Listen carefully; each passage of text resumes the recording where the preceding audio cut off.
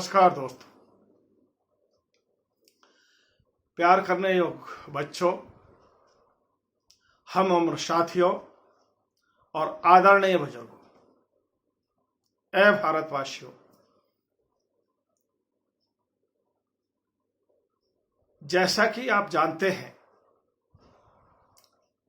आज इस महामारी ने, इस कोरोना वायरस ने हम सबको एक घर के अंदर कैद कर दिया है। चाहे लॉकडाउन कह लो, चाहे कैद कह लो, चाहे अपनी मर्जी से जिसको कहते हैं। हमारे माननीय प्रधानमंत्री जी ने कहा था कि भाई हमें इतना समय चाहिए, 21 दिन का समय।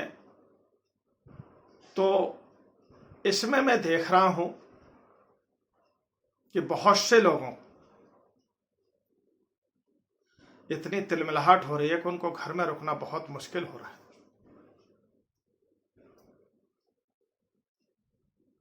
आप जानते हैं, मैं बहुत पहले कहता था, मेरे दोस्तों, मेरी उम्र 65 साल की हो चुकी है।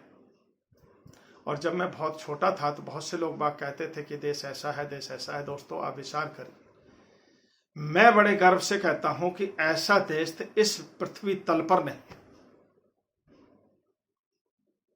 मेरे हिंदुस्तान जैसा, मेरे भारतवर्ष जैसा। एक तो सबसे बड़ी इसमें खासियत यह है कि सेकुलर देश है। इसमें हर जाति प्रथा के लोग बाग रह रहे हैं दोस्तों।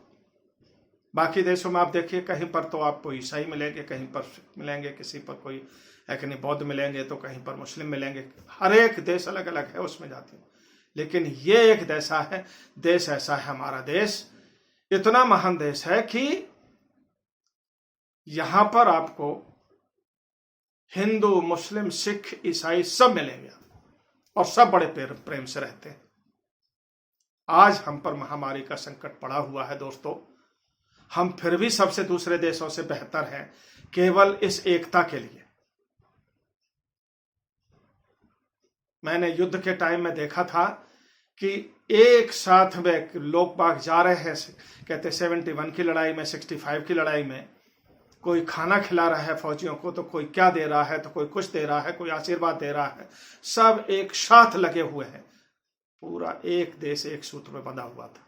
और आज एक प्रधानमंत्री के आह्वान पर पूरा देश एक सूत्र में बंधा हुआ है। लेकिन कुछ लोग हैं ऐसे, कुछ, वो तो हर देश में ऐसे होते हैं दोस्तों, इसकी कोई बुराई नहीं है,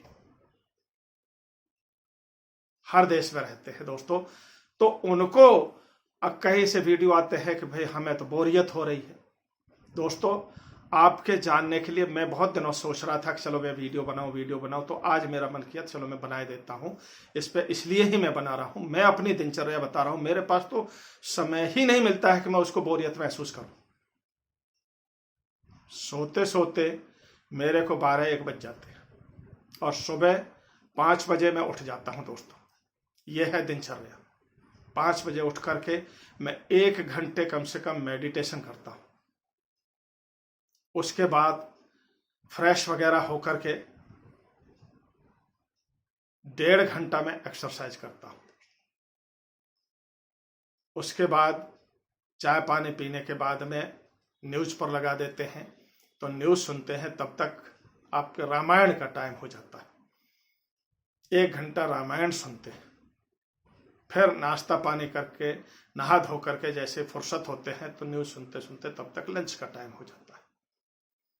लंच खाने के बाद में 12 बजे फिर महाभारत आ जाता है। उसके बाद लंच करते हैं। लंच करने के बाद में दोस्तों थोड़ा सा आराम करने के बाद में फिर शाम के चाय का टाइम हो जाता है और न्यूज सुनते हैं। तब तक 7 बजे महाभारत शुरू हो जाता है। उसके बाद बीच में जरा सी न्यूज सुन करके तब फिर रामायण 9 बजे शुरू हो जाती है। और 10 बजे के बाद में जब डिनर करते हैं तो उसको खा पी करके सोते वक्त तक, मेडिटेशन करने के बाद में सोते वक्त 11-12 बज जाते हैं दोस्तों। अब आप समझिए, इस दिनचर्या में आपको बोरियत कहाँ महसूस होती है। मेरे को तो समय ही नहीं मिला कि मैं तो और चाहता हूं कि अगर थोड़ा सा और इधर उधर समय हो जाता तो मैं और 1-1.5 घंटा मेडिटेशन कर लेता है, शाम की एक्सरसाइज कर लेता दोस्तों। लोग बागों के पास कहते हैं समय काटे नहीं कट रहा। क्यों दोस्तों? पहले ही ये शुरुआत में जब 30 जनवरी को जब पहला केस आया था, उस समय से ही हमसे कुछ ना कुछ हमसे, हम किसी दूसरे के ऊपर नहीं थोप सकते। हम अपने आप के बताते हैं, हम अपनी गलती से आज इस परिस्थिति में पहुंच चुके। अब आप देखिए, पहले हमने चीन से बंद किया आने वालों के लिए, तो चीन से शुरू किया तो वहां से फिर टेस्टिंग नहीं शुरू हुई, जाने दिया, क्वारंटाइन इतना नहीं इफेक्टिव हुआ, सारा कुछ करते करते धीरे धीरे, है कि नहीं, बीच में इतना ये आपका लेबर जो है ना, इतना मजमा लग गया कि भाई यूपी बॉर्डर पर और दिल्ली में आनंद विहार पर इतने कहते लाखों लोग इकट्ठे हो गए, उसमें कुछ फैला। फिर तबलीग की जमात के लोग बाग 2-2.5 हजार इकट्ठे हो गए। ये धीरे धीरे धीरे धीरे धीरे धीरे जो गलती करके आज परिस्थिति ऐसी हो गई है दोस्तों कि हम घर में बैठे हुए, केवल हर आदमी के मुंह से आप सुनेंगे कि केवल घर में बैठ करके ही आप सुरक्षित हैं, बाहर निकले तो कोरोना रूपी राक्षस बाहर खड़ा हुआ है। अब एक बात बता दीजिए कि अगर ये परिस्थिति कंट्रोल नहीं हुई तो पता है कितनी भयानक परिस्थिति होगी। आज तो हम घर बैठे सुरक्षित है, और यह अगर घर में घुस गया राक्षस तो कहां जाएंगे आप बताइए? तो कहीं है ठिकाना हमारा? मैं तो माननीय प्रधानमंत्री जी से और सबसे यही विनती करना चाहता हूं, हाथ जोड़ करके, कि थोड़ा सा सब्र और कर लें जब तक ये परिस्थिति कंट्रोल में होती है। आज आप देख रहे हैं कि पहले 2, 4, 10, 15 ऐसे बढ़ते थे, आज 500 से ऊपर केसेस, मतलब पर 24 घंटे में 500, 700, 800, ये 1000 तक मतलब पहुंच सकते हैं, इतने केसेस बढ़ रहे हैं। उसको कंट्रोल करने में लगे हुए हैं। और अगर ये लॉकडाउन खोल दिया गया 15 अप्रैल से, तो फिर तो वो बुजुर्ग लोग कहावत कहते हैं कि छोड़ दो और फिर पकड़ते फिरो। फिर कहां पकड़ने में आता है दोस्तों? फिर तो अनकंट्रोल हो जाएगा। मैं तो ये कहता हूं कि घर तक में हम सुरक्षित नहीं रहेंगे। एक बार ये घर में घुसा नहीं कि आप कहां जाएंगे बताइए? और दूसरी तरफ आप देखिए कि इस प्रकृति ने ये कोरोना वायरस इन आंखों से कभी आपने देखा नहीं, देखा ना दिखाई पड़ता है। बिना देखा कुदरत की ऐसी मार होती है कि कुदरत ने ऐसा राक्षस खड़ा कर दिया बाहर कि आप जैसे ही बाहर निकले तो आपको तुरंत दबोच लेगा। तो ये समझ करके आप इस चीज को करिए कि हम बाहर निकले ही क्यों। तो दोस्तों, और दूसरी चीज आप देखिए, कोरोना से पहले की परिस्थिति, दिल्ली में हालत वो थी कि हम कितने प्रसाधन कर रहे थे कि भाई किस तरह से हवा पानी सही हो जाए। हवा पानी, हम जहर खा रहे हैं, जहर सांसों में जहर जा रहा है, इतना प्रदूषण फैल चुका हुआ है। अब है कहीं पता? करोड़ों रुपए गंगा की सफाई में लग गए हैं, क्या इतनी साफ हुई थी जितनी आज है? ग्लोबल वार्मिंग जिसके लिए कि हम डर रहे हैं दोस्तों, ये जमीन 2/3 तो ऑलरेडी पानी में है, 1/3 के ऊपर पूरी दुनिया बसी हुई है। और ग्लोबल वार्मिंग से अगर कहते हैं ये जमी हुई बर्फ अगर पिघल गई ग्लोबल वार्मिंग से, तो 1/3 को डूबने में कितना टाइम लगता है दोस्तों?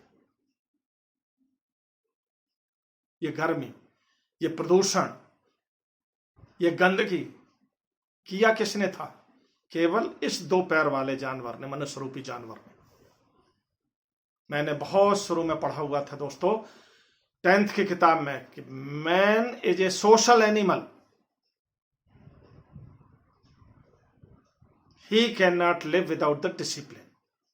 अगर इसके अंदर डिसिप्लिन नहीं है तो यह रह नहीं सकता। एक सोशल जानवर है, सामाजिक जानवर है। तो ये फैलाते कौन है? ये सारी चीजें जो हम कर रहे हैं, प्रदूषण है नदियों में। आप जमुना जी का देखिए, कभी हमें न्यूज में दिखाया जाता है कीचड़, आज वो भी साफ है, प्रदूषण का कहीं पता नहीं है। तो ये एक तरफ कोरोना की सारी अच्छाई भी है,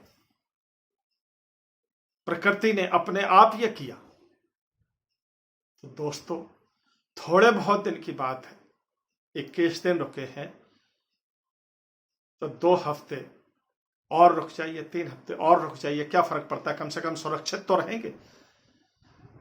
हम कम से कम तब बाहर निकलें जब हम ये समझ लें कि हाँ, बाहर सुरक्षित सांस ले सकते हैं, वो कोरोना रूपी राक्षस अब चला गया है, तब जाकर के हम इस कोरोना से जीत पाएंगे, तब साथ है।